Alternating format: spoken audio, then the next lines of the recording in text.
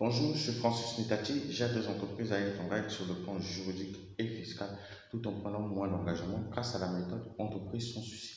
Si vous voulez profiter de cet accompagnement, je vous invite à vous abonner sur ma chaîne YouTube en cliquant sur le bouton s'abonner qui se trouve en bas de cette vidéo. Dans cette vidéo, je vais vous parler de comment entreprendre seul. Alors, quelle différence entre entreprise individuelle et la société? Il faut comprendre que dans l'entreprise individuelle, vous ne formez, vous et votre entreprise, qu'une seule et même personne. C'est pour cette raison que vous entendrez parfois parler d'entreprise, personne physique pour désigner des entreprises individuelles. Alors, vous avez des bénéfices aussi vous avez par exemple, vous pouvez vous bénéficiez ainsi d'une grande liberté d'action. Vous serez seul maître à bord et n'aurez de compte à rendre à personne. Alors, vous avez par exemple l'entrepreneur individuel bénéficie de la séparation des patrimoines sans déclaration d'affectation ni état descriptif. Il n'est plus possible d'opter.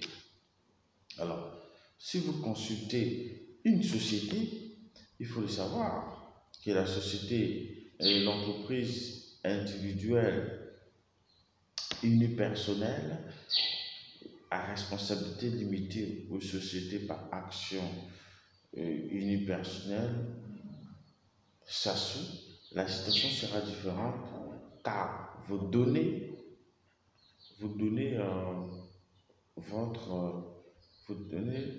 faut donner naissance à une nouvelle personne distincte juridique de vous, une personne morale par conséquent. Votre entreprise dispensera de son propre patrimoine. Alors, vous devez savoir qu'il y a une différence entre une société et une entreprise individuelle.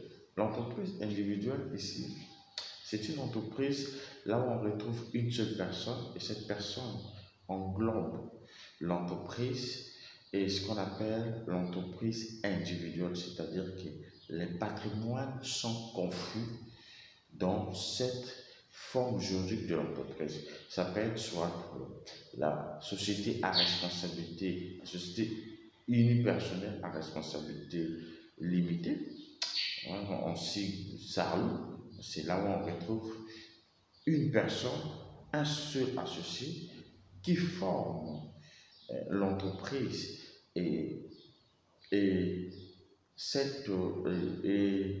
conflits, c'est-à-dire que les patrimoines sont confus et il n'y a pas une séparation des patrimoines dans cette entreprise-là.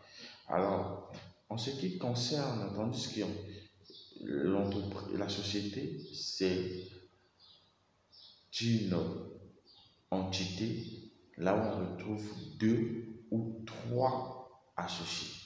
Et dans cette forme juridique de société, ça peut être soit la société à responsabilité limitée, là où on retrouve 1 à 7, c'est-à-dire que 2 à 7 associés. Et dans cette forme juridique, il y a la séparation de patrimoine.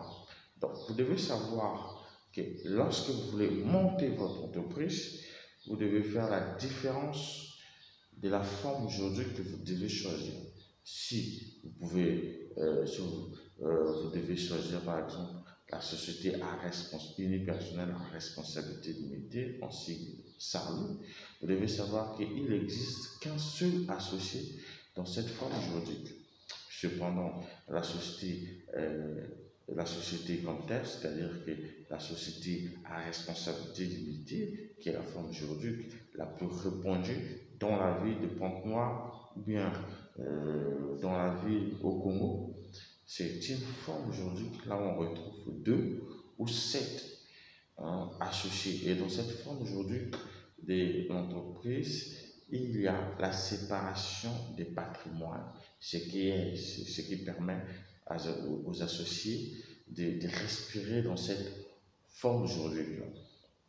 Alors, si vous voulez savoir plus, posez-moi des questions dans la description de cette vidéo ou soit m'appeler par mail, ou bien par mes contacts téléphoniques qui sont affichés, ou je vous invite aussi de cliquer dans la description de cette vidéo où vous allez retrouver nos formations de comment licencier un salarié sur un CDI sans risque et de comment espérer à obtenir des indemnités en cas d'un licenciement abusif.